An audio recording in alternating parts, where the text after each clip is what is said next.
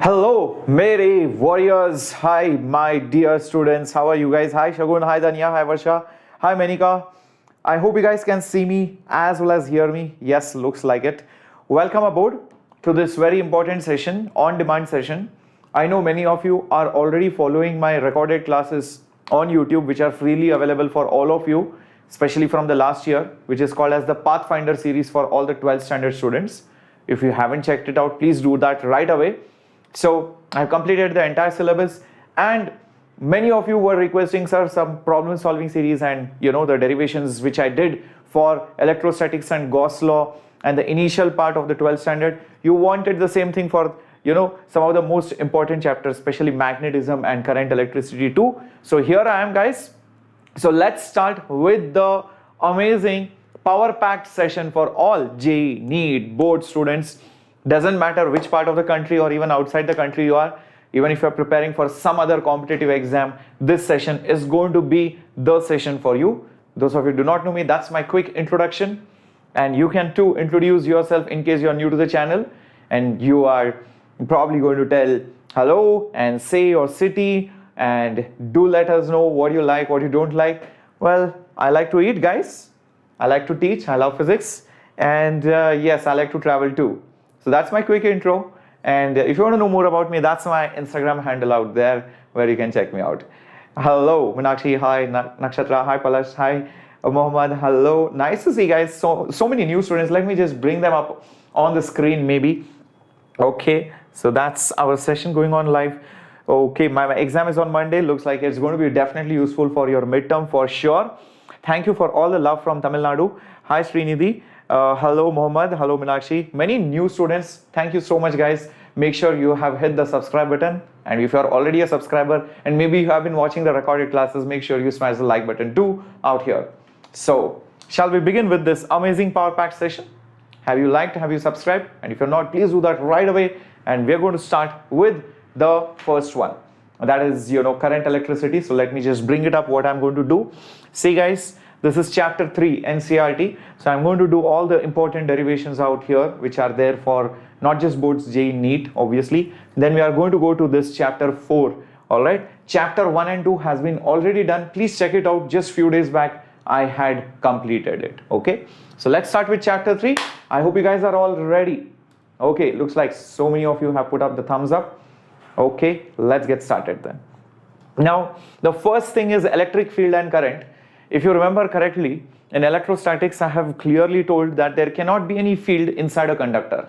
But in current electricity, you will see that there is some kind of a field inside the conductor.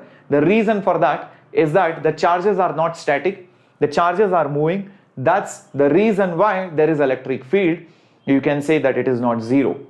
In fact, because of the field, the charges move. Because the charges move, that's why there is current. So if I show that there is an electric field in this direction, remember always electric field flows from high voltage to your low voltage. Then if these are the electrons, free electrons, right? These are nothing but your free electrons. The force on those free electrons won't be this way, it will be this way. Think about it. Why the force will be this way? Because it is a negative charge. It's a negative charge. So the force will be in this direction, because of which the motion of the electrons will be in this direction. But since the charges which are negative are moving towards the left side, where will the current be? The current will be exactly opposite. In fact, in the direction of field only. So you're going to see the current will flow in this direction, because current is assumed to be the net flow of the positive charges. The rate of flow of the net positive charges, right? Yes, Varsha, definitely you can, Bacha. Hi, Ritikavadi, Sanjay, welcome, Bacha. Is this diagram clear? The field goes from high voltage to low voltage. The force on a negative charge acts exactly opposite. So since the negative charges go here, it's as good as saying the positive charges or the current is flowing in that particular direction. Now, how are these things related? Let me just give you a quick intro over here. Remember, resistance is given by proportional to the length by area, and that constant of proportionality is rho, which is just called as resistivity of that particular conductor, the resistivity of that particular conductor, correct?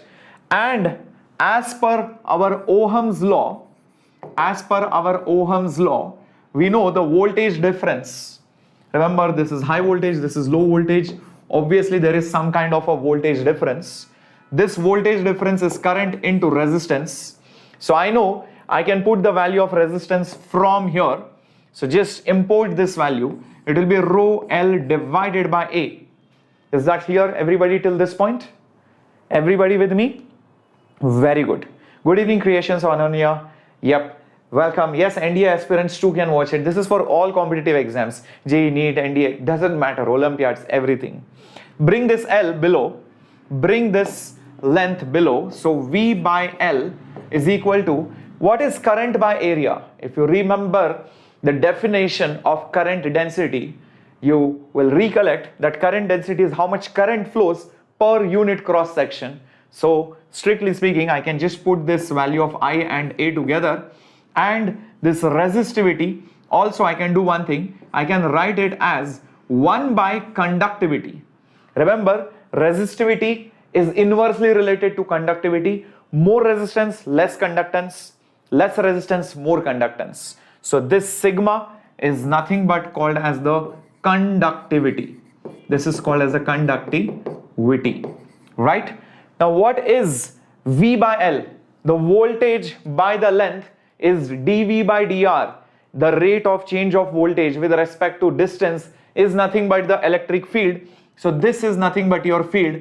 This is nothing but your current density, and this sigma is right over here. So rearranging the terms, bring this sigma over here. You will get J is equal to E times of sigma.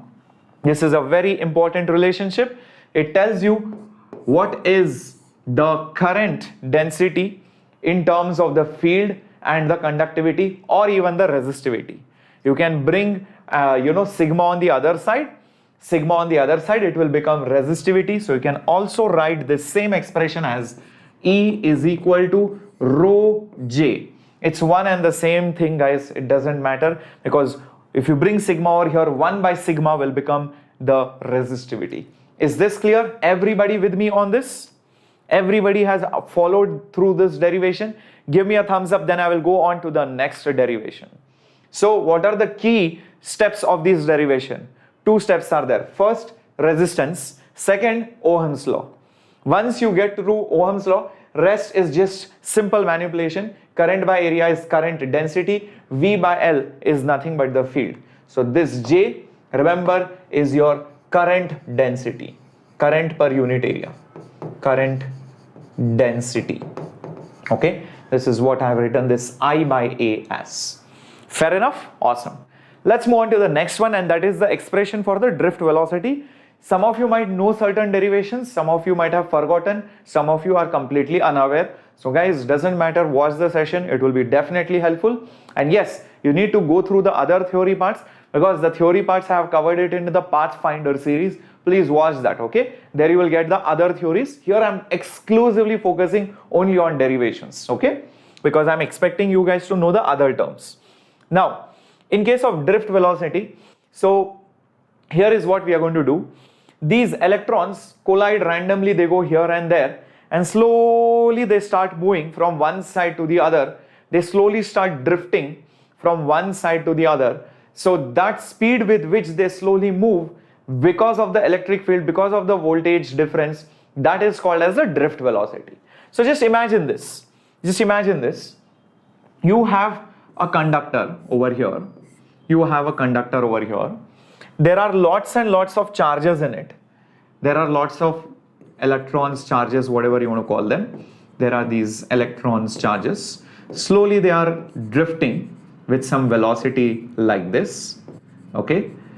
After some time, all these electrons will get flushed out. Just imagine, after some time, all these electrons will get flushed out and new set of electrons will come in. Visualize this scenario. So I'm just going to show a time snapshot when all these electrons would have just come out. all these electrons would have just probably come out over here, something maybe like this. That's it. And the new set of electrons would have come inside. The new set would have come inside. This happens in a time interval of, let's say, delta t. So right from here till here, this happens in a time interval of delta t. And these electrons, if they have got flushed out, obviously they have traveled the length of the conductor. The electrons have definitely traveled the length of the conductor. Everybody agrees with this? Hello, draw and roll. Nice to see you back, bacha. Everybody following this? If these electrons come out, if the length of the conductor is L, these electrons would have traveled L distance. With what speed? Vd speed, which is the drift speed. Okay, Meenakshi, delta t is the time for the charges to cross the conductor, to cross that particular conductor. This conductor, to cross them, how much time interval they have taken. I hope, Meenakshi, that is fine. Varsha, right now we have started with hybrid in 1 or 2 cities, that's it. And maybe in the years or months to come we will start more, but right now we are completely online, bacha. Okay, so next thing that you need to realize is that current is nothing but how much charge flows upon how much time does it take. Current is how much charge flows upon how much time does it take. Also, the drift velocity, the speed with which they move, is how much distance they travel, that is L, in how much time interval that they take, that is also delta t. So I know, now I have got some nice idea, maybe I can divide both of them. The moment I divide, I know delta t and delta t will cancel. So let's just divide both of them. So I'll get current by the drift velocity will be the charge divided by the length. Is everybody clear about this? Awesome. Now, moving this drift velocity over there, what I will get? I will get this as charge into the drift velocity, the whole thing divided by length. But I'm not so happy about this equation yet, because this charge is something which I do not know. I need to do something about it. So here is what I'm going to do. How much charge was there in it? How much charge was exactly there inside of this? So that I can easily calculate. The charge inside of this will be nothing but the charge per unit volume. If I know the charge per unit volume, maybe I can multiply it by volume to get the total charge. But I don't even know the charge per unit volume. There is something else which is generally given or can be easily found out, and that is how many charges are there per unit volume. Not the charge, but the number of charges. So just imagine if I write the number of charges, how many ever charges are there, into the value of each charge. Each one is E charge, which is 1.6 10 to the power minus 19 coulombs. So if I multiply by E, I will get the total charge. I'll get the total charge. All right. But remember, I can also write this total number of charges as the number of charges per unit volume into the volume itself multiplied by E. Just check this out. If I divide by volume, I have to multiply by volume also. And this is a number which is generally known to you. That is nothing but small n. Volume is nothing but area into length. And this is nothing but E. That is nothing but your charge.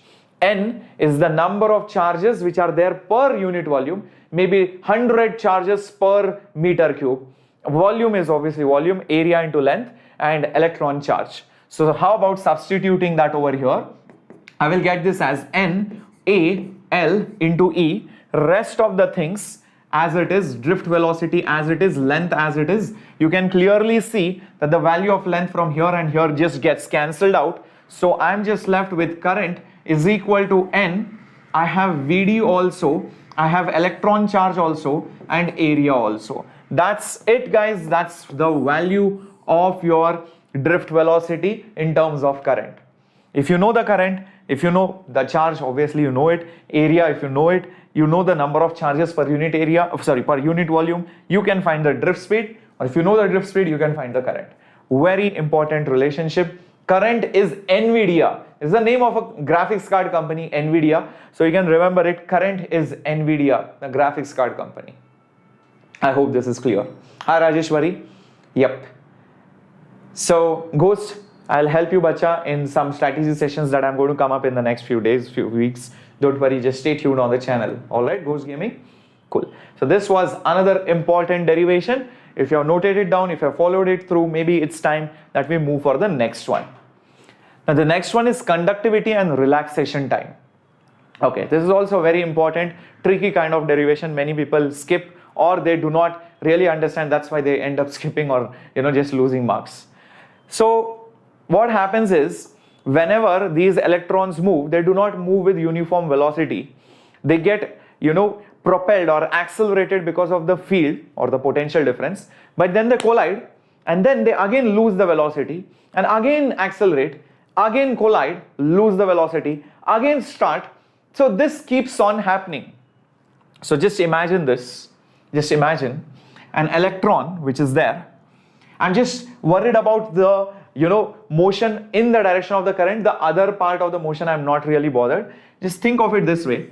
An electron just after collision might have some velocity u, and then what happens is it gets accelerated, and after some time maybe it gets some new velocity, let's say v. Maybe it gets some new velocity v, and then again what happens is, again over here it collides, and again the same electron starts with a new velocity and again it gets accelerated and again it collides, and this process continues. This process continues. Collides, loses the velocity, again accelerates, again collides, again this same thing is going to continue. Now, can I find the acceleration? I think so. We can easily find the acceleration. So acceleration is nothing but the electric force upon the mass. The electric force is nothing but the charge into the electric field, mass of the electron. I will assume it as m. Now this time from one collision to next collision, so here also maybe a collision would have occurred. Let's assume that time as small t. This is the time between collision. The time between your collision. Everybody following till here? Hello Ashrita, I am from right now in Bangalore. Okay. Yes.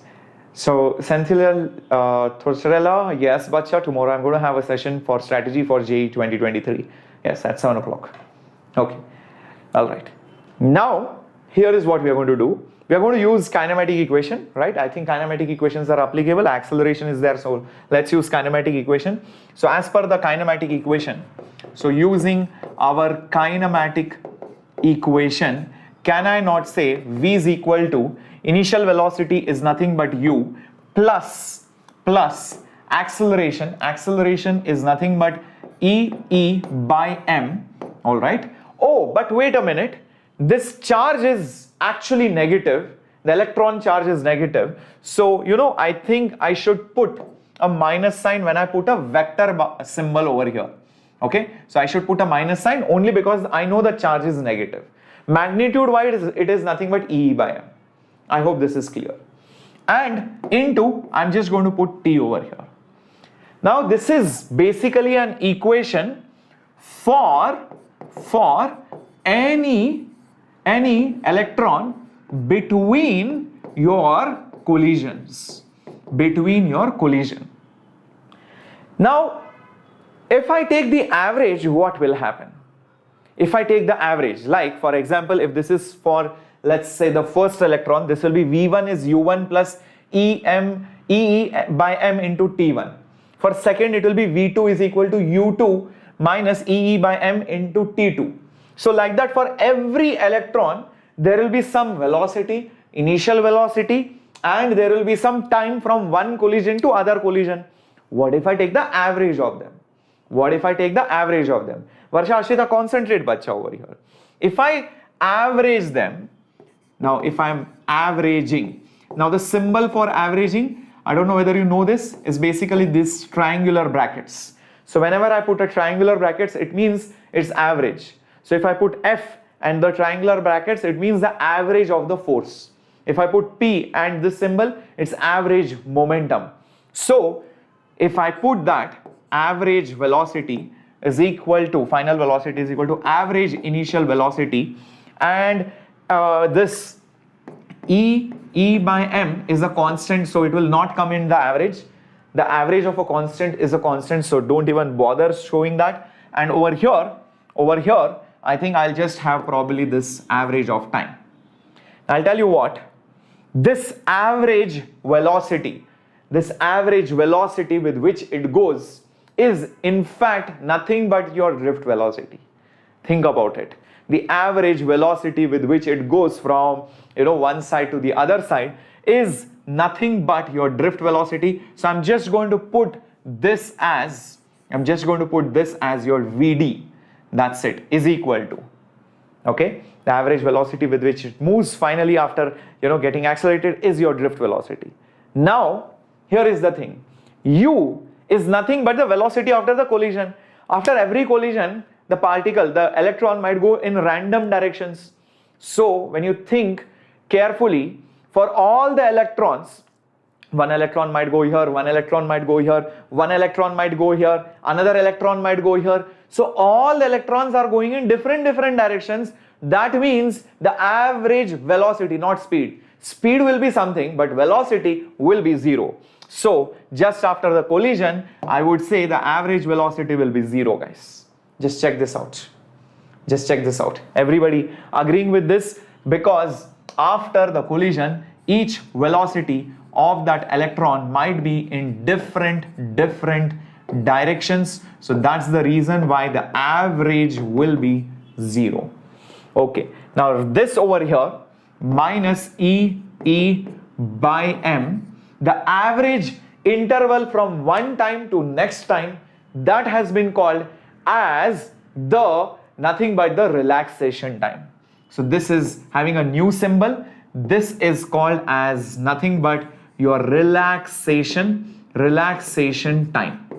How much time it takes on an average to it relaxes between two successive collisions. It collides and then it collides again. Between those two collisions, on an average, how much time it relaxes? That is nothing but your relaxation time. So hence I will basically get your drift speed magnitude as nothing but E by m into the time period. This is another formula for your drift velocity, guys.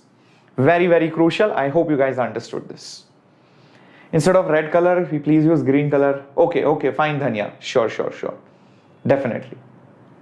Okay. Is this clear, bacha? Is this clear, bachalo? All right, everybody with me? Okay. So here to here is the critical part. Yes, creations on minutes. This velocity on an average, one electron gets this speed, one electron gets this speed, one electron gets this speed. On an average, it will tell me with what average velocity they are moving. That is how quickly they are drifting from one side to the other. That's why the average of this is drift velocity. Average of this velocity after collision. After every collision, each electron might move in all random directions. So when you have random probability, randomness, the average will be 0 because each direction is equally probable. Remember, this is vector, so vector's average will be 0.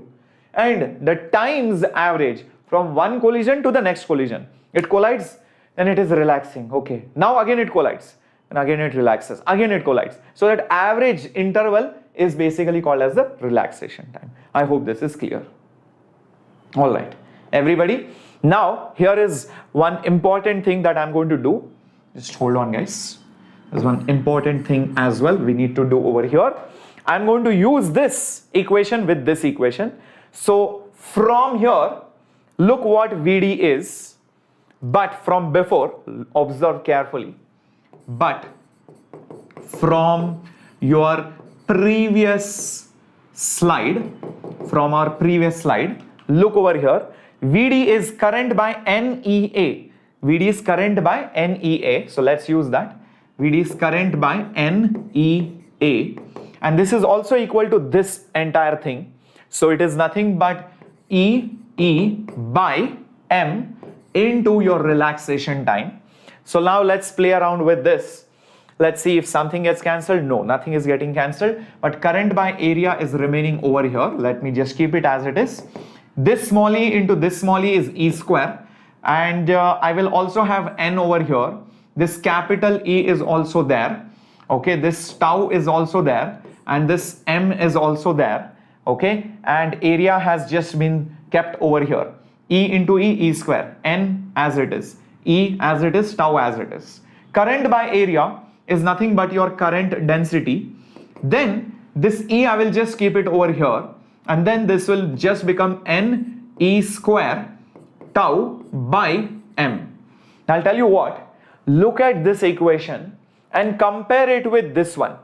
Compare it with this one. J is sigma E.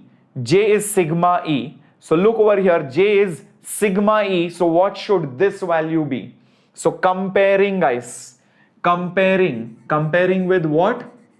Comparing with current density is sigma, which is conductivity into E. What will I get? The conductivity of any material is nothing but N E square tau by M, which is also 1 by your resistivity.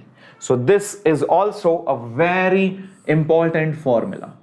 Very important formula. In fact, think carefully what we have done, because I said that over here, this part is just like your conductivity. I have in fact proved this equation, and this equation actually came from Ohm's law. So if you go reverse, actually you prove Ohm's law. I will repeat. I did all of this without even knowing Ohm's law. Nothing, okay? Without even knowing Ohm's law. This was using basic kinematics and mechanics forces, Newton's laws. So here I got current density is sigma into E, or current density is something into E. So this is the exact same thing which I got over here. This is the exact same thing which I got over here. So if I go reverse, what will I be able to get? Ohm's law. So this is actually then the proof of your Ohm's law. I hope this is clear. Everybody with me? Everybody understood? These are important equations. This will come in mains, this will come in NEET, this will come in boards. If you get this derivation, please do this. Guarantee marks, rather than trying something very new question which you do not know, or maybe some case study. Okay, so let's move on to the next one. So conductivity and relaxation time done. Now let's move on to mobility. Mobility has been defined as how easy it is to move these charges for an applied electric field. So the ease of the charge carriers, ease of the motion of the charge carriers, motion of the charge carriers for a given electric field. Now the symbol of mobility is nothing but mu. It is nothing but how mobile it is, that means drift speed divided by the electric field. So mobility has been defined as the drift velocity by E. Now you can also do one thing, drift speed, I just got it over here as EET by M, as EET by M. So just put it over here, EE relaxation time by M. This E as it is, EE cancels. So I'll get this as E tau by M is nothing but mobility. So this is also a formula which is there in your NCERT. Just check that out. Yes, this will be useful for EMSAT. Definitely, bacha. All CETs, all NEET exam, all NDA exams, whatever exam you are preparing for, it is going to be useful. All these formulas are going to be there. And trust me, and you can also probably vouch for this, when you know the derivations, it's easier to remember the formula because it's there in your head. And not just seeing the derivation once. If you know it in and out, trust me, you will easily remember the formula. You don't have to make too many efforts, or you don't have to struggle for watching videos how to remember formulas. You won't struggle so much. Agree or disagree? Okay, so I hope this is clear. So let's move on to the next one, and that is electrical power. Yep, very good. Let's move on. How many marks, sir, for this? This, if mobility comes, I think it will be for hardly 2 marks. Yeah, but if this comes, this one, this will come for 4 to 5 marks at least. 4 to 5 marks. Okay, quite possibly 5 marks only. Okay, if the derivation comes, prove Ohm's law or show that current density is related to the field in terms of relaxation time and all of that, then obviously it will be for 5 marks. Okay, so now let's move on to electrical power, guys. So imagine that we have a conductor and the charges are moving from one side to the other. There is a potential difference. This is your potential difference. There is a potential difference. So when a charge Q moves from one side to the other side across a potential difference, what happens is the potential energy gets converted into the kinetic energy. Obviously a charge is accelerated. So what happens when you accelerate a charge? It will obviously change its potential energy, and that change in the potential energy is converted into kinetic energy. So can I not say, in fact, that because the charged particle gains kinetic energy, can I not say the loss in the potential energy goes into the gain of the kinetic energy, which in turn goes as your heat loss, because it is your thermal energy. These electrons' kinetic energy will knock something that will start shaking, vibrating, motion, rotation, and that comes as your thermal energy. That means your heat energy. Agree? Disagree? Yes? Oh my god, Dhanya, for this question I got 5 marks in the examination. Very good, very good. So I'm pretty sure these 5 marks are in your pocket, guarantee bacha. So how much is the loss in the potential energy? The loss in the potential energy is the charge into potential difference. I hope you know this formula from electrostatics. It is nothing but how much charge you move multiplied by your potential difference. So charge that has been moved is Q, potential difference is V, the heat energy developed is nothing but H.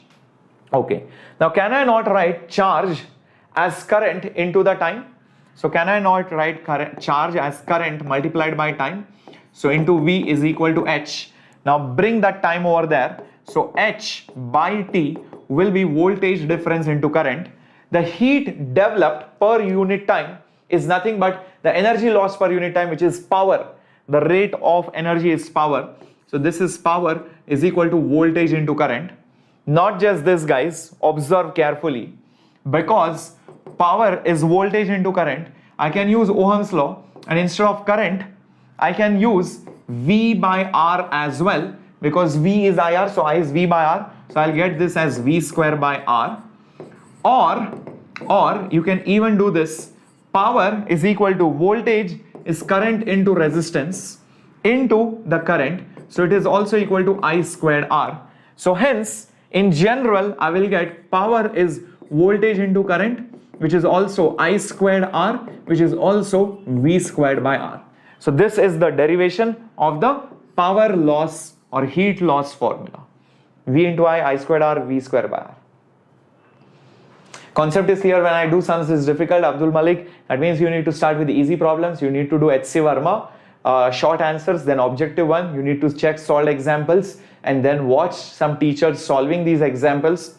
Could be any book, doesn't matter. And then you slowly start with easy and then go to medium, then go to previous year mains, then go to some other things. Or if you are preparing for NEET, start with easy, then medium, then go to your NEET exam level paper. Okay. Smiley Queen, I'm not sure, bacha, but this chapter for sure is very important for all the exams, be it NEET, be it JEE. In every exam, this chapter 100% comes. Not just one question, most likely 2 questions. Okay. Chalo, let's move to now series and parallel. This is a slightly easier derivation. So resistors in series, resistors in parallel. Let's do this quickly, guys. So when you have two resistors basically in series combination, what happens is that the current through both of them is same. Agree, disagree? Current through both of them is same. This is R1, this is R2.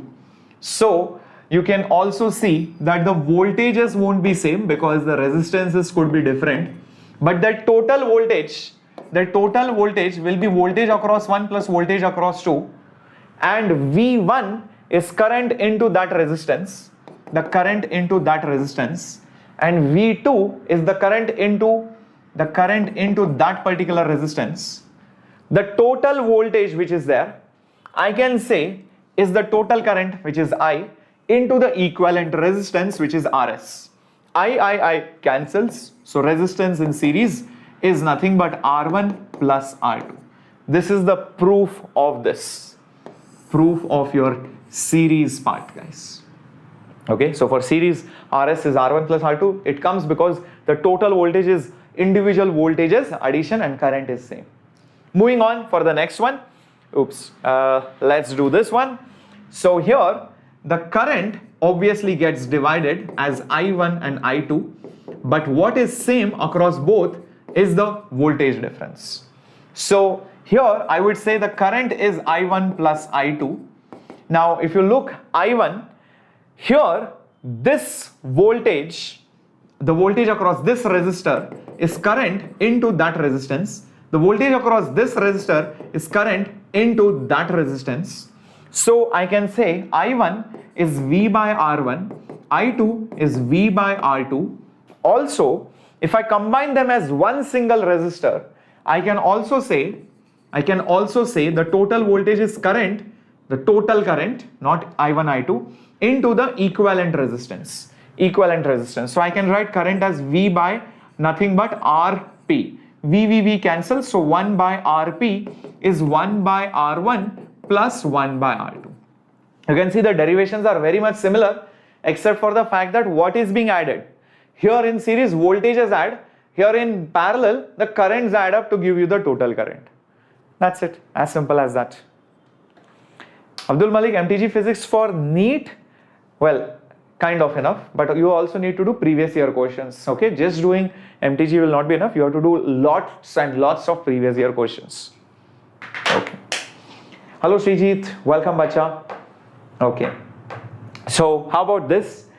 The cells in series and cells in parallel. You might have seen this in your NCERT books. How about this? Shall we do this also? Okay, let's try to do this question. So here what do we have? Many cells in series. So maybe you can just take two cells for now and we can prove it. And there is some current flowing, there is some external load. The question generally happens to be like, you know, what is the equivalent EMF or equivalent resistance, or you use that to simplify the circuit. So just imagine you have a battery with some internal resistance R1 over here, and again over here you have another battery with some internal resistance over here. I can say that across this battery there is some voltage V1, across this battery there is some voltage V2. Combine them, both of them together, you will get the total EMF, and I can say it becomes your equivalent battery's EMF and equivalent battery's internal resistance. These two together give you one single battery which has equivalent EMF ES and equivalent resistance RS. How do I combine both of them together? Observe carefully now. Observe carefully now. Can I not say the total voltage across both of them? Okay, so just 1 second. If I say that across this one the total voltage is V, can I not say it is nothing but V1 plus V2? The total voltage is nothing but the voltage across this EMF. Yes or no? Oh, that's more than enough, Abdul Malik.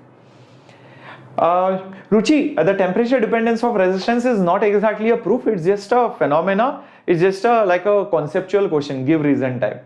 So that will come like a give reason. Okay, if the temperature increases, then what happens? The collisions are more frequent. The collisions are more frequent because the thermal energy increases, and because of which the resistance increases. So that's a logical explanation, not a derivation as such. Okay, Ruchi Bacha? Okay, so here I'm more interested in the derivations, not in the the questions. Give reasons, because then that becomes limitless. You can do so many things like that.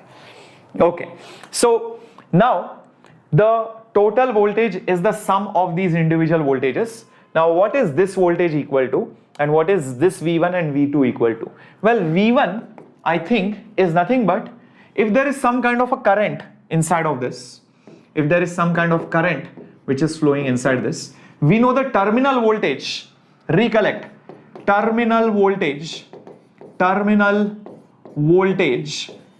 across a battery is nothing but the EMF minus the current multiplied by the internal resistance. Internal resistance, you might have seen this always, EMF minus IR when it is getting discharged. So how about using the same thing over here? V1 will be E1 minus IR1, that's V1, and V2 will be E2 minus IR2. Okay, and this V will be nothing but ES minus IRS. So this will now become E1 and E2, I can bring it together. So it will become E1 plus E2 minus current, I can take it common, and I will have R1 plus R2 over here. And over here I have ES minus IRS. Now that's the end of story. You just have to compare now. Hello Anu Akash. Just look at this. Just compare this term with this term. This term with this term. Look at this. E minus IR, E minus IR. Very, very similar. So from this clearly it is seen the equivalent EMF in series is just the addition of the EMF E1, E2, E3, and the internal resistance of the equivalent cell is just like in series, R1 plus R2 plus R3. That's it. That's the formula, guys, for your equivalent EMF in series. Is that clear? Can we move ahead to the next derivation, bachalo?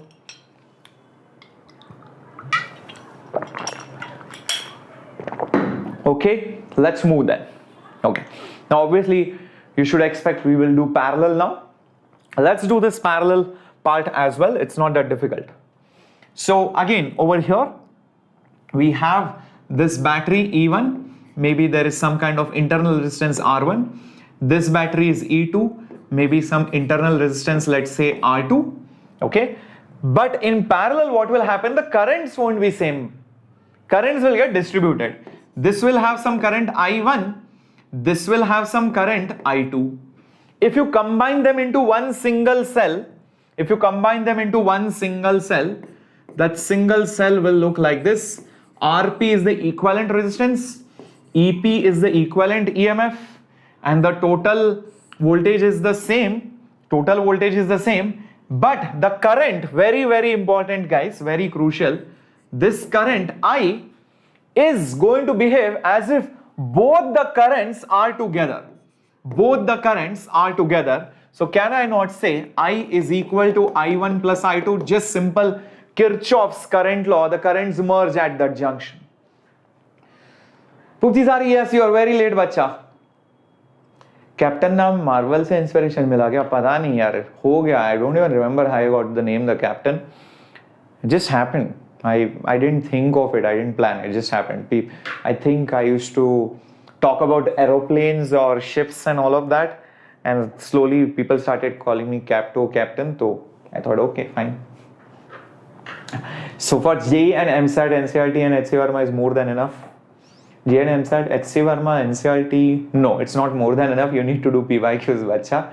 Yeah, for JEE, and it depends, you're talking about JEE mains? Yeah. JEE Advanced, no. Okay. Now, what can I write current as? Just use the same definition like before. Yeah, I can do something over here. Observe now what I'm going to do. All right.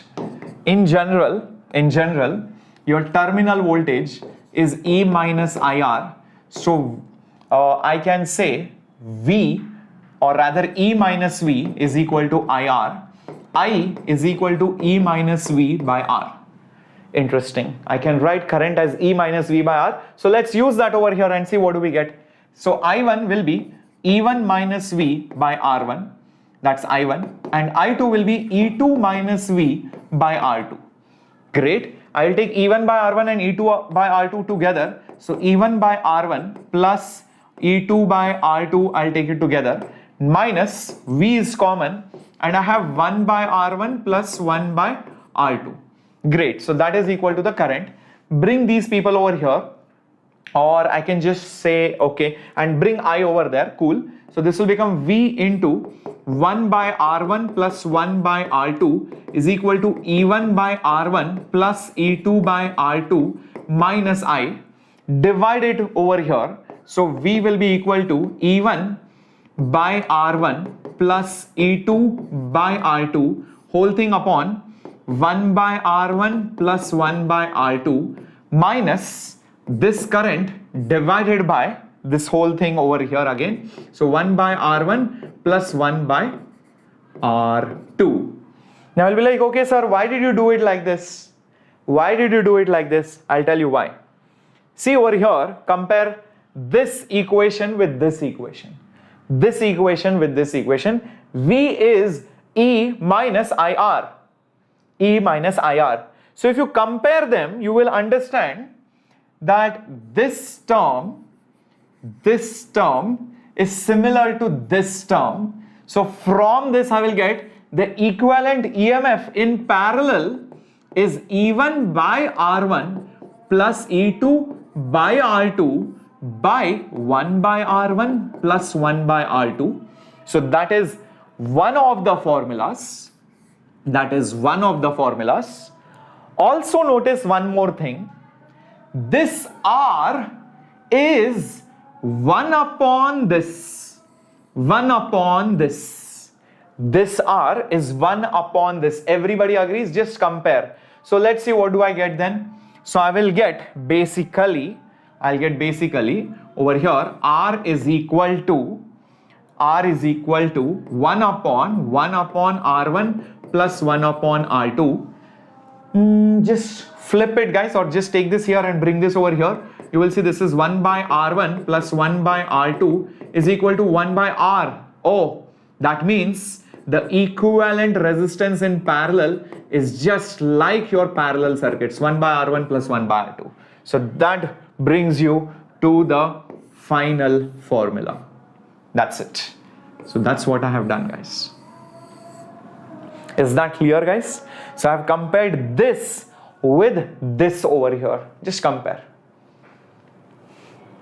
Harshad, happens. Many students have told me this, and it's not just with me. I'm pretty sure it would happen with any teacher whom you're following at a 2x or 3x.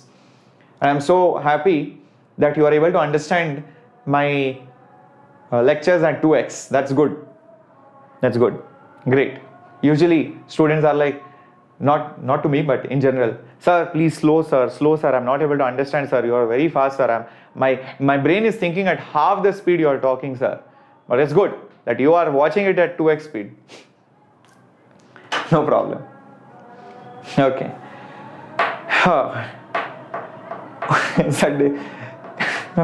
Okay, great. Even Juhi agrees, sir, 2x is good.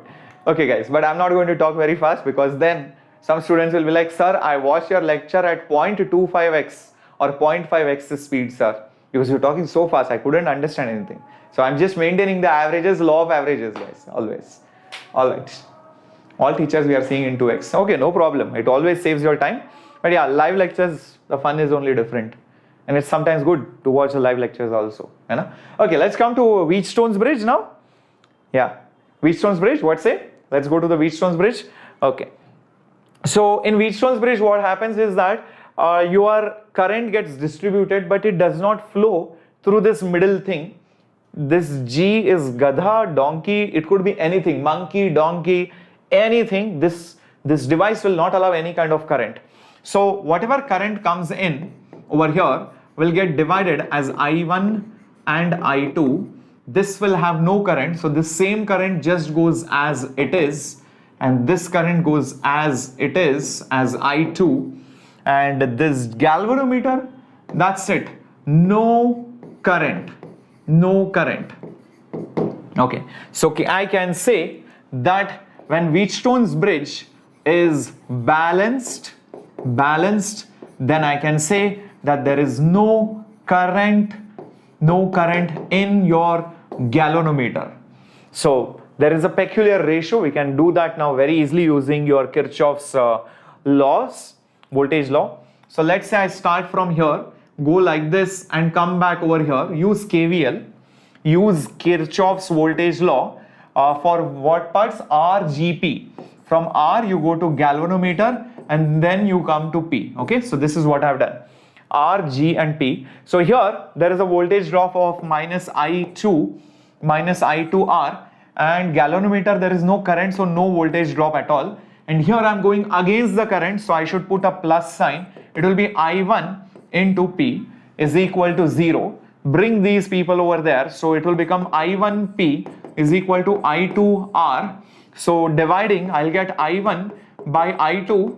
I1 by I2 is R by P. Now I can also say similarly, using Kirchhoff's voltage law, for this part, that means from X to Q to your galvanometer and back, you will see a similar relationship, but here I1 by I2, I think it will be Q by, it will be nothing but Q, sorry, it will not be Q, it will be basically X by, it will be nothing but X by your Q, X by Q, that's what it's going to be. Now from these two, from this equation 1 and from 2, so from 1 and 2, what you're going to get, because I1 by I2 same, you're going to get R by P is equal to X by Q. That's it. This is the condition to balance. This is the condition to balance a Wheatstone's bridge. Is this topic Wheatstone's bridge important for any competitive exam? In JEE, there have been many instances they ask questions on this particular part. They give you a complicated circuit and you will see that it is actually balanced. So many resistances just get eliminated. Then it becomes simple series and parallel combination which you can solve easily. I'm not saying it will come, but it has come many times. That's what I will say, creations of environments. Okay, so I'm not doing this part again because it's exact repeat, but you will get this, okay, when you solve. In fact, you will see meter bridge is also based on exactly the same concept of Wheatstone's bridge. This Wheatstone's concept, how is it used over here? Observe, there is a known resistance. I'm just going to call this as the known resistance. This one over there is basically your unknown resistance. This is your unknown resistance. Then you have a meter bridge. Meter bridge means obviously the whole length is 1 meter or 100 centimeters. And then you have some length called as the balancing length. You have some length L as the balancing length, usually called as balancing length, where you get null deflection. Null deflection means no current will flow through the galvanometer. This circuit is exactly similar to this circuit, except for the fact that instead of seeing those resistors physically, what you have is this wire which is having a lot of resistance. This part over here is like this resistance, and this part over here is like this resistance over here. So these two resistances are actually combined together over here as this potentiometer wire. So you will see, using your balancing condition, this R divided by your X comes out to be this resistance by this resistance of that L part upon resistance of that 100 minus L part. And since we know resistance is directly proportional to your length, you will see that this is also equal to length by 100 minus L. So this is how you get that, R divided by X. From this you can find the unknown resistance. From this you can find the unknown resistance. Is that clear? Yes, Tanish, bacha, it is definitely useful for JEE. If you know derivations, you can get really amazing marks and you will not forget the formulas and you will understand the concepts deeply. So if you want 70, 90 percentile, then don't watch this lecture. If you want 90 percentile, 95 percentile, 99 percentile, slowly you want to push yourself towards higher percentiles, then only watch this video. Okay. Okay. Harshad Jagtap, delta star method of solving questions is not needed. So I have seen so many teachers, so many coaching institutes teaching students of 11th and 12th standard, poor things, you know, teaching delta star transformation. I remember I learned delta star when I went to, I think, first year, second semester. And they're like, oh, nice, this is cool. I could have solved one problem, you know, from JEE. Then I realized that there was no question in the history of JEE mains or even JEE advanced which should be solved using delta star, or basically, you know, the problem becomes very simple using delta star in the history of JEE mains or even JEE advanced. So they know what is the limit of the syllabus. They won't give you stuff which is there in engineering. They have saved it peacefully. Those same IIT professors will ask you the questions when you go into electrical or mechanical or whatever engineering you have taken in first, second year. In JEE, they will not ask you. They will test you on what you know. They'll ask you simple question on Ohm's law only, conceptual question on maybe Kirchhoff's law. There only you will get stuck. So don't fall into these traps of learning delta star and so many other transformations which are not asked, not important, not even needed, and not even there in the syllabus. All right? I hope this is clear. Okay. Chalo. Let's move on to now magnetism. So we are now going on slowly to this chapter, chapter 4. Chapter 4. All right. Chalo. Let's move on. So, oops, yes, there we go. So the first derivation is usually in the force on a current carrying wire. Okay, how much force is basically there on it. So for that I have taken a simple wire which is carrying some current and it is placed in a magnetic field. If you take the zoomed in version, if you magnify it under the microscope or if you just see it under the lens, it will look something like this. There is this small element of the wire which has some current. The length of the wire may be DL, L, whatever you want to call it.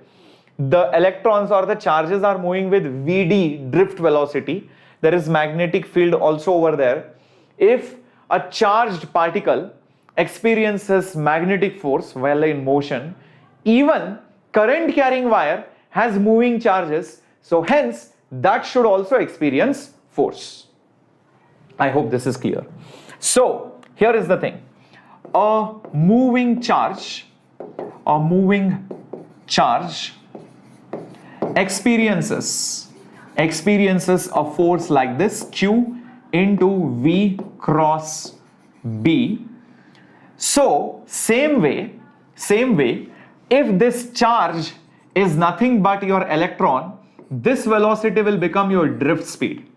This velocity will become your drift speed and this force will become the force on the wire. So hence the force on that particular wire will be E into drift velocity into B. Okay, cross. Great. Now here is what I'm going to do. I think I know the formula. Of the drift velocity. So I'm going to use that. But also there is one catch. This Q is not just E, guys. It should be the total charge. It should be the total charge. Because if I just put E, then it shows me the force on any one charge. But there could be so many charges inside it. So I need to be little bit careful over here. So maybe it is not just E over here. I need to put something else. What will that something else be? Think about it. How much charge will be actually there inside of this? The amount of charge that will be actually there inside of this will be number of charges, the number of charges per unit volume, into each charge which is E into volume itself. Think about it. Number of charges by volume anyways get cancelled. So number of charges into E will give me the total charge which is there inside of this. Everybody agrees? Everybody agrees?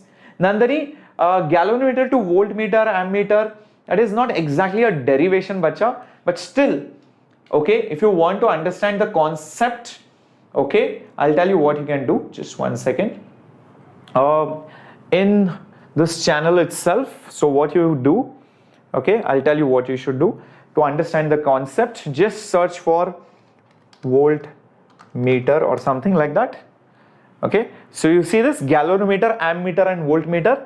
Okay, so just watch this class so that you understand the concept behind it. It's not a formula. In fact, even in this lecture, right, I have told my students, don't by heart any formula. Lot of students just try to by heart some formula for voltmeter and ammeter, and that's why they are not able to solve. You try to fit in those terms because every time the question might come in a slightly different manner. So please do not by heart that galvanometer, ammeter, voltmeter conversion formulas. Okay, watch this class. Trust me, you will be very conversant with that particular chapter. Okay, I hope that is clear. Okay, only that particular topic. Okay, it's not a derivation. All right, Pupsari, you have basically my class rotational motion. Pupsari, just go to nurture series. It's there in the playlist. Entire system of particles. But start from center of mass. Don't directly jump to rotation. Start with center of mass, then go to momentum, and then go to rotation. It will help you. Okay, watch that, and then also watch my one shot. Trust me, you will get a good level of understanding in rotational system of particles and all of that. Okay, bacha? Cool. Pubithasari. Is that right? Okay, little bit difficult for me to pronounce. Yeah, thank you. Okay, I'll probably come to that creations of Anonia towards the end. Okay, maybe let's go with the derivation now, right now. So what will this be equal to? Number of charge carriers per unit volume is small n, electron charge is E, volume is nothing but area into the length of it. So that is nothing but your charge. So maybe I can put that over here. So that is nothing but N, E, A and L. So it should not be E, it should be the total charge in it. So I'm just going to put N, then E, then A, then L, and then VD is also there over here, and then B. Oh, I remember this. N, VD, N, VD, and this is L, and this is B. What is this? Current is NVIDIA. So this is going to be I, and this is L, and this is B. That's it. If you want to put the vectors, it is cross. So that's the force acting on a current carrying wire. You should know this. Okay, everybody with me on this? Cool? Excellent. So this I have done because since current is NVIDIA, that's all. So this is another important formula's derivation. Moving on now to the next derivation. Wow, we have the velocity selector. Now some of you will be like, sir, what about that formula that R is equal to mv by qb or time period 2 pi m by qb? I don't think you should think of it like a derivation. It's very easy. First of all, circular motion concept, mv square by r is equal to qvb. It's simple, number one. Number two, I think I have done that in my regular classes also many times. So I don't feel the need to do it over here. But still, if you feel like watching that part, it is there like a small paragraph. You can definitely watch the helical motion and circular motion concept in my Pathfinder series. Okay. So I'm just avoiding that because I don't think it is so important. Although application wise or formula wise, it is very crucial for solving problems, which I have already done in my Pathfinder. So let's look at velocity selector. So in this velocity selector, what happens is you throw those charged particles. You throw those charged particles with different states under the influence of electric and magnetic field. And certain particles with certain low speed go one way, with high speed go the other way. A particular speed exactly goes undeflected onto the other side. If you have a small hole on the other side, then those particles with a particular range or a particular velocity only will come out because there is a hole. All other particles might just go onto the other sides. That is the reason why it is called as a velocity selector. Now I know you guys are thinking, sir, why would lower speeds go one way, higher speeds go the other way? We'll talk about it. Okay, Jose, it's okay, you can still watch it right now. Now, observe this. If there is electric field on this charged particle, obviously there will be a force on this charged particle, and that force will be nothing but this way. So the electric force will be this way in the direction of the field. Velocity is here, magnetic field is inside, so I'm pretty sure there will be a magnetic force also. And if you do V cross B, you will see the thumb coming upwards. So the force due to the magnetic field will be in this particular direction. There you go. If it goes undeflected, if it goes basically undeflected, what does it mean? What does it mean if it goes undeflected? Both these forces are definitely going to be equal. So the force by the magnetic field should be equal to the force by the electric field. Force by the electric field is Q into E, charge into the field. Force by the magnetic field is QV into B. You can clearly see the charge value just gets cancelled, and I just have my velocity as electric field by my magnetic field. Now this is a very special velocity, which is the ratio of electric and magnetic fields. Only those charged particles which have this velocity will go undeflected through this. Any other particle which has less or more will either go that way or that way, because either magnetic force will be more or electric force will be more. Everybody clear? Thumb rule फिर से. See, velocity is here, magnetic field is inside. So stand like this. I am behaving as if I am a student. So you will hold your right hand like this. V cross B. Thumb will come up. So that's the direction of the magnetic field force. I hope this is clear. Okay. So these particles exactly have V is equal to E by B. These particles definitely don't have the velocity as E by B. So that's why it is called as a velocity selector. Cool? Okay. Thank you, Rishabh Shukla. I'm so glad that you guys are learning a lot through these quick, short, and meaningful sessions. Okay, and so many chapters, so many concepts done at once, guys. I'm pretty sure in your school this would have taken a lot of classes out there. Not this derivation, I'm saying in general these two chapters. But watching these concise videos will help you grasp everything in one go. It will help you not just for boards but also JEE, NEET, NDA, everything. Okay, moving on to another question, another derivation. Okay, so I'm not doing Biot-Savart's law and all of that, because Biot-Savart's law cannot be proved. It's like a fundamental thing. It's like asking somebody to prove Newton's law of gravity. So that cannot be proved. So that's more fundamental. So using your Biot-Savart's law, there are some derivations which are based on it, like a loop. And then you have Ampere's law, on which you have the wire and all of that. So let's start with a loop. So there is a current carrying loop. Current goes in like this and goes around like that. And this is the axis of the loop. The radius of the wire, you can call it as, the radius of the loop, you can call it as R. On the axis, you are at a distance. You are at some distance, let's say I call it as X. So this is basically your X. This is a distance at which you are from the axis. Okay, this is theta. This is theta. Now what is that theta? I will come to it in a bit. Hold on. Now, first of all, every element on this wire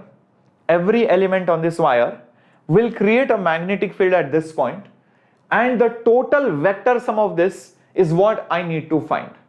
Very visualizing problem, very nice concept is there in this. Observe carefully or you will get lost. Okay, pay attention. I want to find the total net magnetic field because of all the elements at that point. Now take any one element over here, that is dl. So if you look at it sideways, it will look something like this. It's like the loop is over here. Okay, the loop is over here. The current is coming towards you. The current goes like this and goes in. So here the current goes inside. This is the current coming towards you. This is the current coming inside, towards you and inside. I hope you are able to visualize when you see it from here. Okay, goes in and comes out and goes in like that. and your axis is basically this one. This is your axis. I hope you can see that. This is the direction in which there is a small element which is carrying current, and I want to find the magnetic field there. From here, if I look over here, this becomes my position vector, the position where I want to find the field at this particular point. The current is coming towards you. I'm trying to find the field over there. Everybody able to visualize this? I'm so happy for you, Hepsi. Good evening and all the best wishes for you. Thank you, Amarnath. Okay. Now use your right hand. Okay, maybe you will have to turn a little bit, but it is okay. Maybe you might have to face away from the screen or whatever. Length is towards you. The position vector where you want to find the field is there. So if you do length cross B, just try it out. Right now I know you're watching me, so you just turn around a little bit and do length cross B. You will see the thumb going there. That's exactly the direction of the magnetic field shown over here. This is exactly the direction of the magnetic field shown over here. Just try this out. Yes, Imran, Esa, there is repeaters batch, bacha. You can leave a comment, bacha. I'll definitely ping you the link for joining the repeaters batch. Because this is a small element coming here, the field also is basically dB. The field also is basically dB because it's because of a small element on the top, dl. Now, if you call this as theta, obviously this is 90 minus theta. Obviously, the complementary of that, then this will be theta. Just check this out. This will be theta. And then again, this will be nothing but your 90 minus theta. Just check this out. This will be 90 minus theta. Everybody with me? Everybody with me on this? Great. If this is 90 minus theta, then again, this will be theta. So this is how I'm marking all the angles which are very, very crucial. Theta 90 minus theta, theta 90 minus theta, theta, because this angle is 90 degrees. Okay, now this magnetic field will have two components. This magnetic field will have two components, bachas. Okay, one component is actually over here. Okay, this will be your dB sine theta, and the other component will be here. That will be dB cos theta over here. Now think carefully. Think carefully. Just like this element caused this magnetic field and two components, just like this magnetic field caused two components, one component here and one component here, can't you think that this element which is there here, which is going inside, will also cause two magnetic components, magnetic field components, one component here and the other component here, exactly opposite. Just like the field is here, the other side the field will be downwards and there will be again two components. Just like this wire causes these two components, this wire which is going in will cause a field here which will have two more components. Now think carefully. Out of these components which are caused by diametrically opposite elements, which magnetic fields are cancelling, which magnetic fields are adding? Which magnetic fields are cancelling, which magnetic fields are cancelling, which are adding? Come on, think about it. This sine component or cos component, I want the answer in the chat box. I want the answer in the chat box. Isn't it obvious that these are basically the red ones? That is the reason why I put it in red. They are basically cancelling out. The green ones are basically adding. They are nothing but adding. Yep, the sine components are cancelling, the cos are getting added up.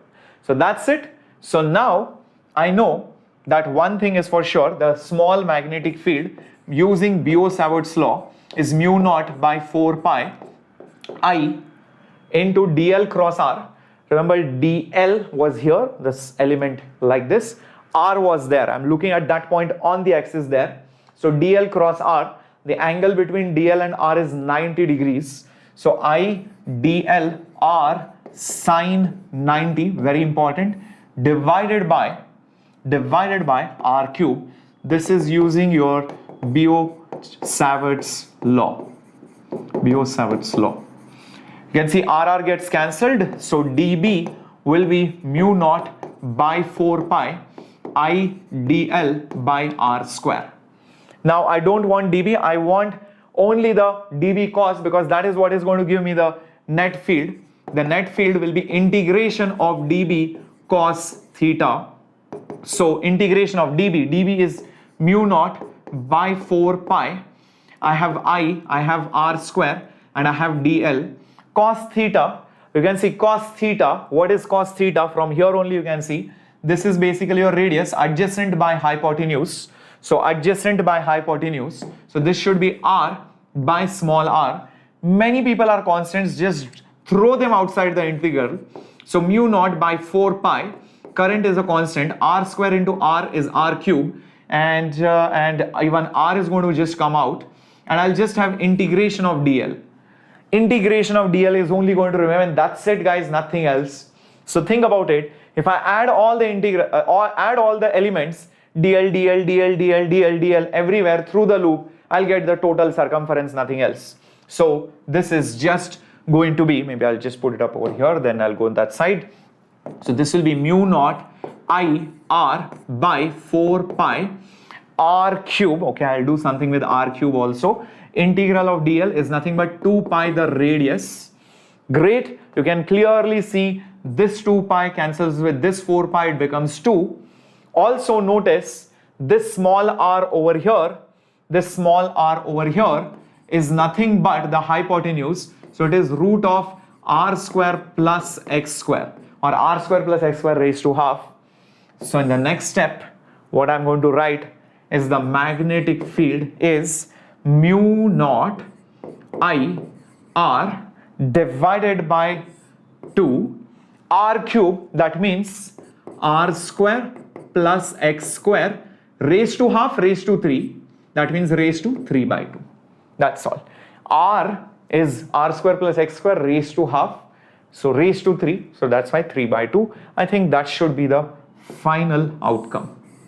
Yep. And you can substitute x is equal to 0. If you put x equals to 0 in this, what will happen? If x equals to 0, then you will try to find the B field, magnetic field, at the center of that particular loop. At the center of that particular loop. So if you put x as 0, what will you get? You will get this as B is equal to mu naught IR divided by 2 is also there. X is 0, because when x is 0, you are at the center of this loop. So it will become r square plus x square. X is 0, gone. So r square raised to 3 by 2. 2 cancels. R cube will remain. So it will become mu naught IR divided by 2r cube. That's it. One of the r will get cancelled, right? So just check this out if everything is clear. Yes. Wait a minute, guys. I think while writing this, I missed one r. I just realized this r and this r should become r square. I'm so sorry, guys. I missed the r square term over here. So this r into this r, I missed one square. So this should have an r square. So this should be r square. This will also be r square. Now it's fine. So this will be nothing but B is equal to mu naught I by 2r. Yes, this is exactly the field at the center of the coil. Just check this out. Yep. Oh, a lot of people make a silly mistake here. They write dl as 2 pi small r. No, it's not 2 pi small r. It is 2 pi capital R, the radius of the loop. Okay, that's also a common mistake. Okay, I hope this is clear. Moving on. Yeah, let's move on to the next derivation maybe. Okay, so what's the next derivation? Yeah, Ampere's law. Yeah, we have to use and find out the magnetic field due to a long wire. Very straightforward. Let's use Ampere's law. So Ampere's law says that integration of magnetic field with the line integral is mu naught into the current which is there inside of it or enclosed. So this is a long wire. It produces a magnetic field. Question is find the magnetic field at any distance. So what you do is take any loop, any path which you call it as the Amperian path. This is your Amperian loop, and again take the radius to be r, and at any point on that loop you will notice that the magnetic field is always along that element dl. No matter where you take that element, dl, that element and that magnetic field are always parallel to each other. That means B dot dl, when you do that B dot dl, it will become B dl cos 0. Current inside this loop is only I, so it will just become mu naught into I. Cos 0 is 1, magnetic field is same, so bring it outside. So cyclic integral just dl is mu naught into I. Now this dl's addition, dl, if you add it, you will get the complete circumference of this Amperian loop. So it will be B into 2 pi radius, it is equal to mu naught I. Therefore, the magnetic field will be mu naught by 2 pi r, and there is current over here. That's the magnetic field due to a current carrying wire. And that's what I have done using Ampere's loop law. Ran, this is English channel, that's why I'm talking in English, but you have a Hindi channel where I teach, that's called Neat Made Easy. You can watch me over there also. Yeah, both have a soft corner for loop derivation, maybe. All right. Now there is one more peculiar derivation. It's not there, in your regular, white pages. It's there as maybe an example or in one dark page. Okay, slightly hidden from your normal view inside your NCERT, and that is for magnetic field inside a wire. Very crucial. Magnetic field inside a wire. So when you go inside, also there is magnetic field, and how do you find that? Observe this. So inside, let's assume that the magnetic field at any distance from the center, this is basically your R, is B, and you again choose an Amperian loop. You choose an Amperian loop over here, and this is your wire basically. I hope you can see this. This is your wire. And the radius of the wire is r. You're trying to find the field anywhere inside of that. Again, start with Ampere's loop law. Cyclic integral B dot dl is equal to mu naught into I, which is there inside. Now again, the dot product will become B dl cos 0, because magnetic field and the length are always parallel. So bring that B outside. I'll just be left with dl's integration. So again it will become basically 2 pi small r. This is what it will become. But the problem is with the RHS. The RHS is not just mu naught into I. Reason being, observe carefully, you have to choose only that current which is inside this part. Only which is inside this part, not the entire thing. Observe carefully. If you take the cross-sectional view, there is current flowing in this entire thing, but you only want the current which is flowing in this much part. How do you do that? Because only I need the enclosed current. The logic is the current which is there per unit area is the same. So if total current was I, it would be flowing in an area of pi r square, pi capital R square. But in this part, the current which is going to flow, I don't know whether it is seen, so maybe I'll use a different color. Okay, the current which is going to flow will be only distributed in small pi r square. This is the transformation you need to do. I hope this is clear. Okay, now pi gets cancelled. So what is the current inside going to be? It is going to be I into small r square by capital R square. So just substitute that over here. I small r square by capital R square. So mu naught I small r square by capital R square. Mu naught I small r square by capital R square. Now it's just a matter of cancelling things. This r and this r will get cancelled. So I think you will get the magnetic field as mu naught I, and you will have small r over here, and you will have 2 pi and this capital R square.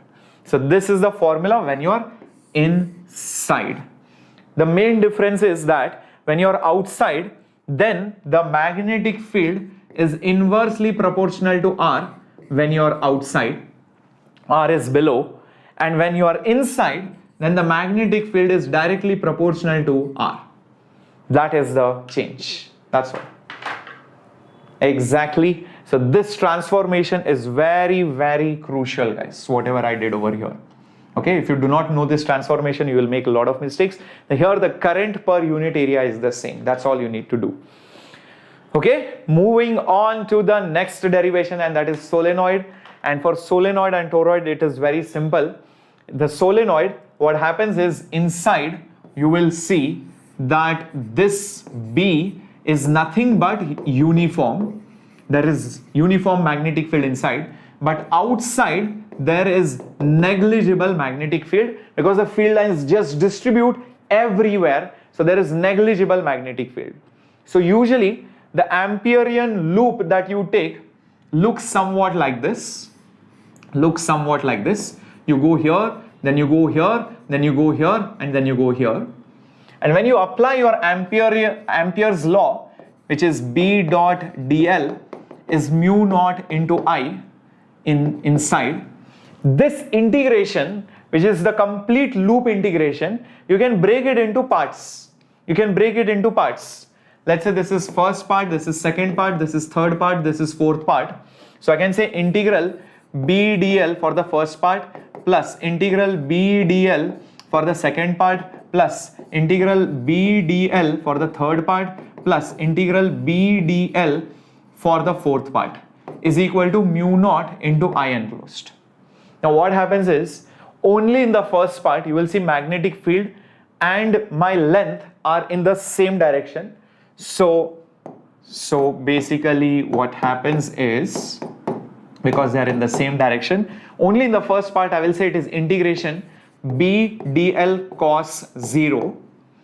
Now whether it is here or here or here, 3 does not even have field. Remember, outside there is no field. So basically the third term just becomes 0.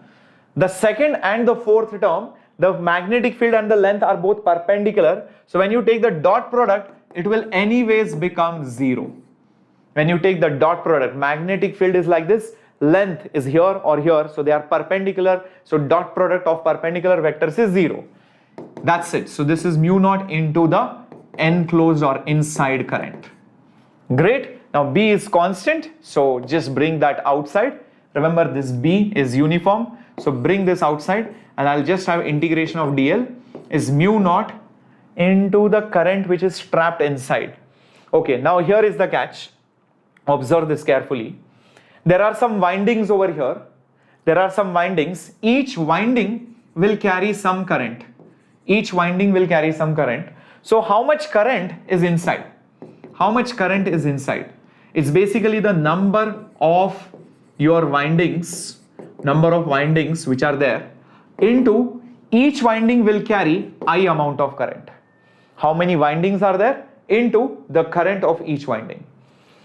How many windings are there? How do I know? Simple. If I know number of loops per unit length, if I multiply it with the length of this part, I get the total number of windings. I know per unit length how many windings are there, how many loops are there per unit length, into the length will give me the total number of windings into the current. Now this quantity is called as small n, this is L and this is I. So this is the current which is going to be there inside.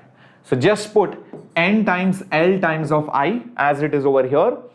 Now I know when I add these lengths for only the first part, from here to here, dl plus dl plus dl will give me the length of this first part, which is L, and this right hand side will be as it is, mu naught n Li.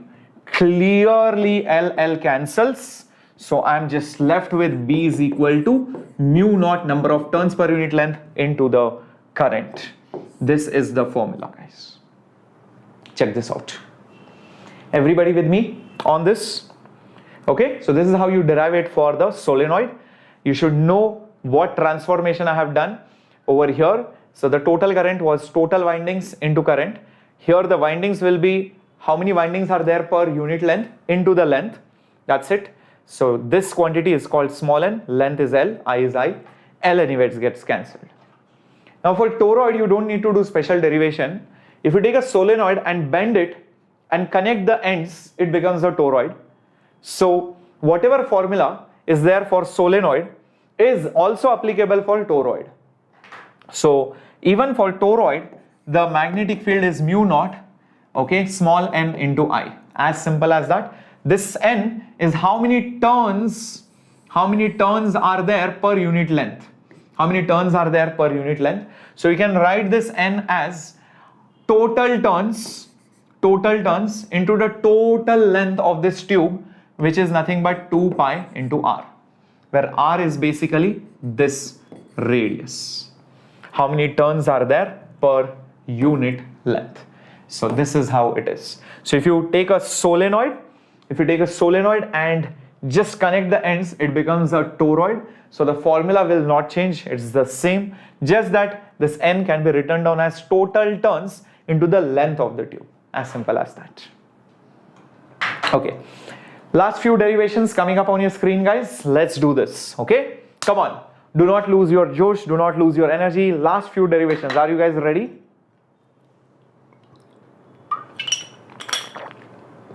Show some energy, guys. Yes, negative marks definitely matters. Ghost gaming. Yeah, solenoid made into a ring is a toroid. Very true. Yes, Joey. Okay, now force between two parallel wires which carry current. How do we do this?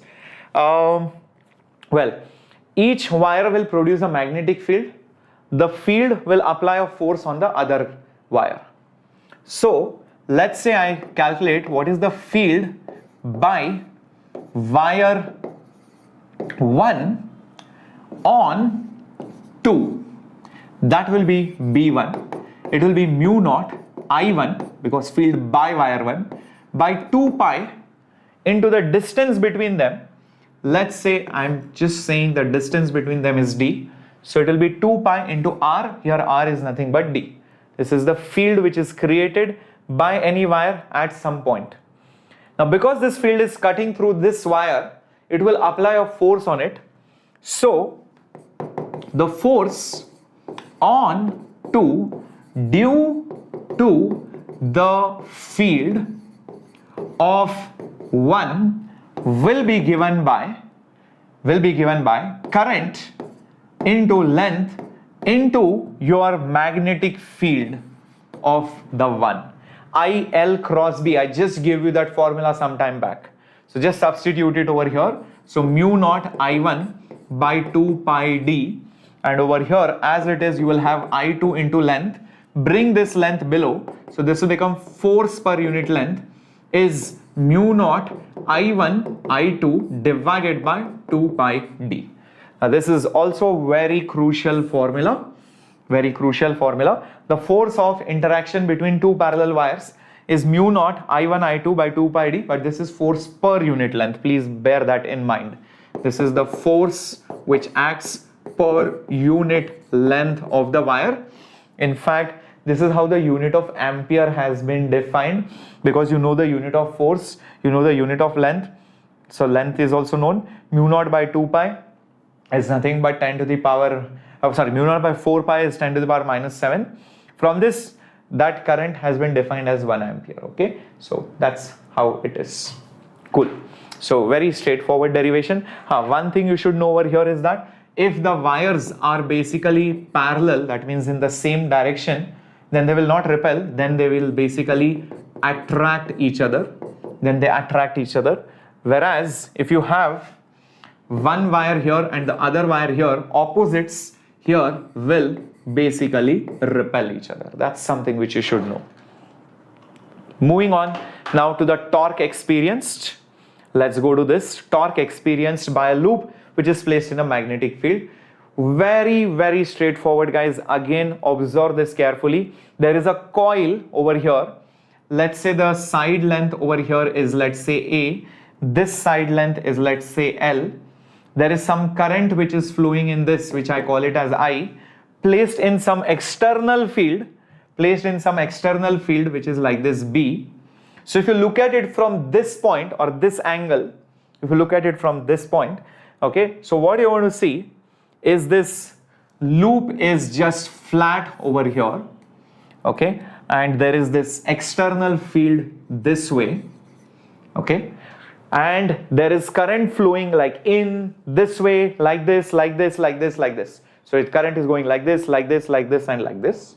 So what kind of forces will be there? Let's try to identify. First of all, whenever you want to calculate the force, remember the force due to the external field is IL cross B. Length is this way, magnetic field is this way. Just try this out. Length is inside, magnetic field is here. If you do L cross B, you will see the force acting downwards. So I think on this side, the force will be here. You can try it out. If the current goes like this, force will be over here. Just try it out. Length is inside, magnetic field is towards your right side, the thumb will point down. Same thing if you do it over here. Length and magnetic field both are parallel, so there will be no force. Length and magnetic field are parallel, no force. On this wire, because the current is coming this way, the force on this side will be over here. Obviously, if the current goes here, the force is down. If the current comes like this, the force will be up. And on this part, there will be no force because length vector and magnetic field vector both are anti-parallel. So there should be no force on it. When sine 0 or sine 180 is calculated, it comes out to be 0. So if you look at it sideways, it basically looks something like this. One force here and the other force is over here. So clearly there is a torque. And if this is the pivot or this is the center, you can easily find out the torque by the magnetic force. This torque will be, please bear in mind, this total length is A. So hence, each of this will be A by 2 and A by 2. So this force will give a torque of R, which is nothing but A by 2 into F, this way. Even this force will give the torque in the same direction, it will not cancel. If this force is rotating it anti-clockwise, this force will also rotate it anti-clockwise. So this will be also A by 2 into F. So this will obviously become A into F. But wait a minute, what will be the force on this wire? It will be ILB. I is I, length is L, and B is B. This is the torque on that particular loop.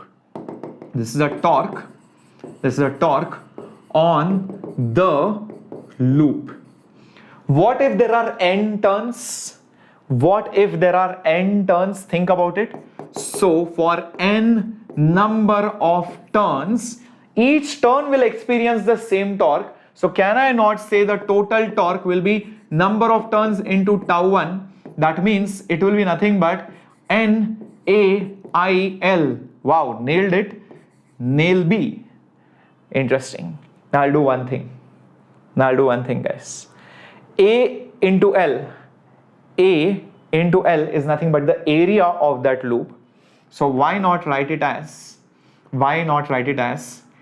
N into I. A into L is nothing but the area into B. Observe this. Now this term NIA, here A is nothing but your area. Then this NIA is defined as a new term called as the magnetic what? Magnetic moment. So I can just write it as just M and this is B. So this is how you get torque as MB but in general, it turns out to be torque is equal to M cross B, the vector product. Just like in electricity, it is electric dipole moment into electric field. Here it is magnetic dipole moment into magnetic field. As simple as that. Cool, guys? Everybody with me? So this is the torque on a loop which carries some kind of current, M cross B. This is how magnetic moment has been defined. Awesome. Cool. Now last, I think, few derivations. This is also very crucial. Sometimes it got deleted also, but maybe it might be there in your syllabus. So how do you convert a loop into a dipole? See, when I see a loop which carries current, you might have seen that some places or some books or some teachers would have told you there is a north pole and south pole. How do you know that it is a north pole, south pole? How do you know it behaves like a dipole? That is the proof for this. Observe carefully. So imagine this is a loop which carries current. So what is this? This is nothing but a loop carrying current. This is a loop carrying your current. This current is basically going like this. You take some random point on the loop. At some distance x from the axis. I know that there will be some kind of a magnetic field, and I think I just derived that for you. The magnetic field on the axis of a loop is just given by mu naught I r square divided by 2 times r square plus x square. Cool?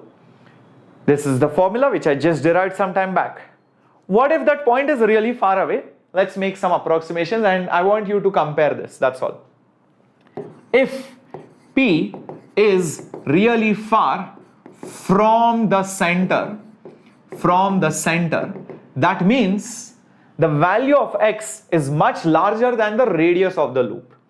That means the value of x is much larger than the radius of the loop. So if you look at it over here, r square plus x square can be approximately said, because x is very large, this will be insignificant in front of this guy. Remember, this is like 1000 square, this is like 1 square. Obviously 1 square will be neglected in front of 1000 square. So this will be approximately x square. Everybody with me on this? Very good. Now let's substitute. Oh, sorry, I forgot that 3 by 2. My bad. So sorry, guys. This was 3 by 2. My bad. That 3 by 2 was there. Now let's use that over here and see what do we get. So therefore, magnetic field will be mu naught I into r square. The whole thing divided by 2.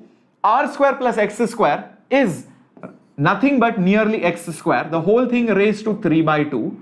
Interesting. 2 will cancel. Yeah, the powers. So this will end up being mu naught I r square, the whole thing divided by 2x cube. Okay, I'm still not happy with this. I've just, simplified this expression. Nothing else has been done. Now I got some idea. Maybe I can divide it with pi and also multiply with pi. And in fact, divide with 2 and also multiply with 2. So basically, what I'm trying to do over here is multiply by 2 pi and also divide by 2 pi. What will happen because of that? Well, let's find out. Therefore, let's see if I have one more slide. Yeah, luckily I have one more slide. Okay, so B is equal to mu naught as it is. 2 into 2 pi is nothing but 4 pi. Interesting. This 2 as it is. And what I can do, pi r square into I, or rather I into pi r square. Just check this out. I pi r square and this 2 as it is. The whole thing divided by x cube. Okay, I'll go to the next slide and make you see it now. Therefore, the magnetic field will be mu naught by 4 pi. 2 as it is. X cube also as it is. Do you see what this I into pi r square is? Do you see what this term over here is actually? It's current into area. If you noticed, current into area, here the number of loops is 1, is nothing but the magnetic moment. So strictly speaking, this is nothing but your magnetic moment, guys. This is nothing but your magnetic moment, as simple as that. I into, no, yeah, it's not current density. No, that's completely different. This is I into pi r square. That's the, area of that coil. So that's your magnetic moment. So might as well put it over here. Now this formula looks very familiar to me. I'll tell you what. If you remember dipoles, electric dipoles, the formula was also very similar for finding the field on the axis. It was 1 by 4 pi epsilon naught. 1 by 4 pi epsilon naught, 2 times of electric dipole moment by the distance cube. Here it is magnetic and it is mu naught by 4 pi, and instead of electric dipole you have magnetic dipole. Crazy, guys. So imagine this, if you had a bar magnet instead of this, which had its own magnetic moment m, then on the axis I would exactly get the same magnetic dipole moment. On the axis I will get the exactly same, I will exactly get the same magnetic field. So this proves that a coil carrying current, is exactly similar to a magnet, and this is nothing but a permanent magnet dipole. That's the proof of it. Thank you, Dinesh. I'm so glad you enjoyed it. Yes, for NEET also derivation is necessary. In fact, from board's point of view, Hannah Jones, number 1, number 2, when you do derivations, you will understand the concepts deeply. So a lot of NEET students often complain, sir, I'm not able to solve problems, I don't understand it properly. So the reason is you just know the formulas and you just do the questions. So if you want good marks and if you want to understand things and then do it, then please go ahead with the derivations. Or if you are the kind of person who are like, sir, I can do without the derivations also, I'm able to solve the problems, then it's fine for NEET. I won't say that for JEE or any other exam or Olympiads. Okay, I hope this is clear. Hi Leah, Madison. Okay, so that is the proof of this. Last one is the magnetic moment of an electron which is revolving. So this is very simple. It is basically the gyromagnetic ratio. See guys, if you have a charged particle which is revolving, okay, it also produces current because it's charge moving in a loop. So a charge revolving in a loop is exactly like a current loop. That means it will have its own magnetic moment. So the moment you see any charge like electron revolving in some orbit of Bohr's model or any atom, it's like a small current, teeny mini current. Yes, there is no physical wire, but it is like a wire which carries some current, and because a current carrying loop produces its own field and behaves like a small teeny mini magnet which has its own magnetic moment. So even a charged particle in a loop also has its own magnetic moment, and we can find that very easily. Okay, let's try this out.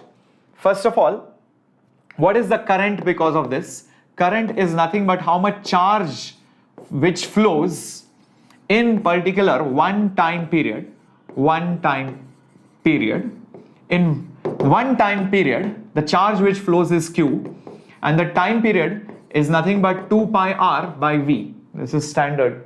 Time is distance by speed. How much distance it travels with what speed is nothing but the time. Cool. Now comes the magnetic moment. The magnetic moment, this is the magnetic moment, guys. The magnetic moment is number of turns. Here is 1. Current is I into area. Current is nothing but QV by 2 pi r. Current is QV by 2 pi r. Area is nothing but pi r square. Pi just goes, one of the r also goes. Therefore, magnetic moment comes out to be QV r by 2. Just check this out. Okay, now I think I got one idea what I can do. I can just preserve the equality by multiplying by m and dividing by m. Preserve the equality by multiplying and dividing by m. So what happens is, because of this, I will get Q. I will write this as MRV, and this is 2, and this is M. I know what is this. I know what is this. MRV. What is that, guys? That is nothing but your angular momentum. Angular momentum. If you remember from your 11th grade, R cross MV, R cross momentum, MRV is nothing but angular momentum. So bring these people down here. So it will look like this. Magnetic moment by angular momentum is Q by 2M. This is a very famous value. This is called as gyromagnetic ratio. So for any charged body which is rotating, the magnetic moment by angular momentum is the charge by twice the mass. Very, very standard value. How the loop corresponds to the poles? Sharon, let me tell you, there is nothing like poles. Remember, North Pole and South Pole is just a hypothetical thing. You cannot ever figure out where the pole is, because the moment you break the magnet, it produces 2 new poles. So North Pole is that part of a body from where you see the field lines actually coming. But remember, field lines are not actually starting from north, because even inside the magnet, the field lines continue as closed loops. So there is something called as the north side and south side. Pole is just a concept which is introduced to make it look like electricity. Otherwise, there are no magnetic monopoles. I hope that makes sense, Sharon R. Everybody? Okay. Do we expect direct formula questions? Definitely, Leah Madison. You can expect a lot of questions from direct formulas. If you have seen my previous year paper solving, you will see that. Oh, by the way, the entire PDF with my handwritten derivations, whatever I have done, guys, so many things I have done. So guys, you're going to see all these things in the Telegram group. Oops. No. Please don't discard. Okay, keep it. Thank God. Okay. And also, while you're watching this video, let me also tell you guys one more thing. Okay. So what you can do is that there is one more derivation which you need to watch. Just search for magnetic sources effects, moving coil galvanometer. That derivation is also there. Please watch that. I have done that session last year. Okay, so you can watch that session. It's there on our Vedantu Enlite channel itself. Okay, and I hope you guys enjoyed this class, and I hope you guys are going to smash the like button, hit the subscribe button, so that you get more updates and more such amazing sessions for you. Tomorrow at 7 o'clock, I'm going to do an important strategy session. A lot of students who have lost hope, or students who are probably doing average or maybe just above average, maybe expecting a rank of 20,000, 10,000, or even 50,000, or maybe less than 1 lakh. So can you do something about your rank and improve it to below 2,000? And is it possible or not possible? My honest opinion on that tomorrow. I will tell you whatever it is in the class at 7 o'clock on this same channel. So make sure you are not just present, but also get your friends and your colleagues, your batchmates as well, because you should not be very selfish. You should also get your friends and make sure that their rank also improves. All right. So thank you very much, guys. I hope you guys had great time. Have a great dinner too. This was Captain Shreyas signing off. Hasta la vista.